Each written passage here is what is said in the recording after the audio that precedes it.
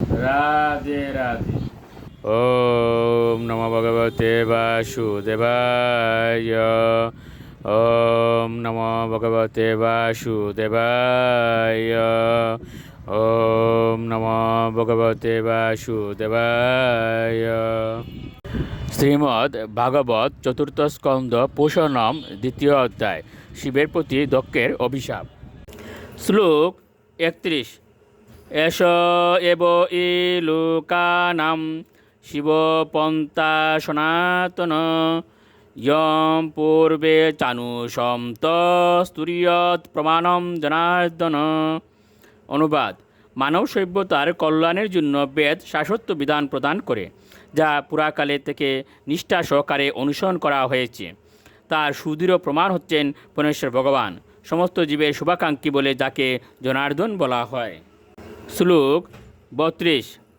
তদ ব্রহ্ম পরমম শুদ্ধম শতাম বর্ত্ম সনাতনম বিগরীয় ইয়াত পাষণ্ডম দৈবম ভূয়ত্র ভূতরাট।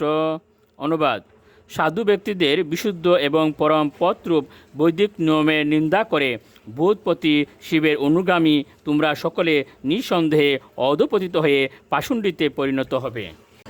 শ্লোক 33। মৈত্রেয় উবাচ তৈশৈবং বদত শাপম ভৃগশ ভগবান বব নিশ্চক্রাম তত কিঞ্চিৎ বিমনা ইব শানুগ।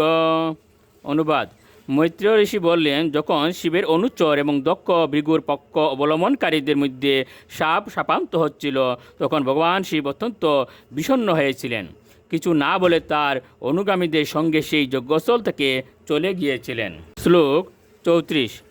তেহপি বিশ্ব শ্রীজ সত্রম সহস্র পরিবৎসরান সংবিদায় মহেশাস ইয়ত্রেজ্য ঈশব অরিহ। অনুবাদ: মৈত্রেয় ঋষি বললেন, হে বিদুর, ব্রহ্মাণ্ডের সমস্ত প্রজাপতিরা এইভাবে সহস্র বৎসর ধরে এক যজ্ঞ অনুষ্ঠান করেছিলেন, কারণ পরমেশ্বর ভগবান শিবরির পূজা করার সর্বশ্রেষ্ঠ পন্থা হচ্ছে যজ্ঞ। শ্লোক 35। আপ্লুত্যাবৃতম যত্র গঙ্গা যমুনয়ান্বিতা বিরজনাত্মনা সর্বে সম দাম ইয়ুস্তত। অনুবাদ: হে ধনুর্বাণধারী বিদুর, যজ্ঞকর্তা সমস্ত দেবতারা যজ্ঞ সমাপ্তির পর গঙ্গা এবং যমুনার সঙ্গমে স্নান করেছিলেন। এই স্নানকে বলা হয় অবভূত স্নান। এইভাবে অন্তরে পবিত্র হয়ে তারা তাদের স্বস্বধামে প্রত্যাবর্তন করেছিলেন। এতে শ্রীমদ্ ভাগবতের চতুর্থ স্কন্ধে শিবের প্রতি দক্ষের অভিশাপ নামক দ্বিতীয় অধ্যায়ের ভক্তিবেদান্ত তাৎপর্য। রাধে রাধে।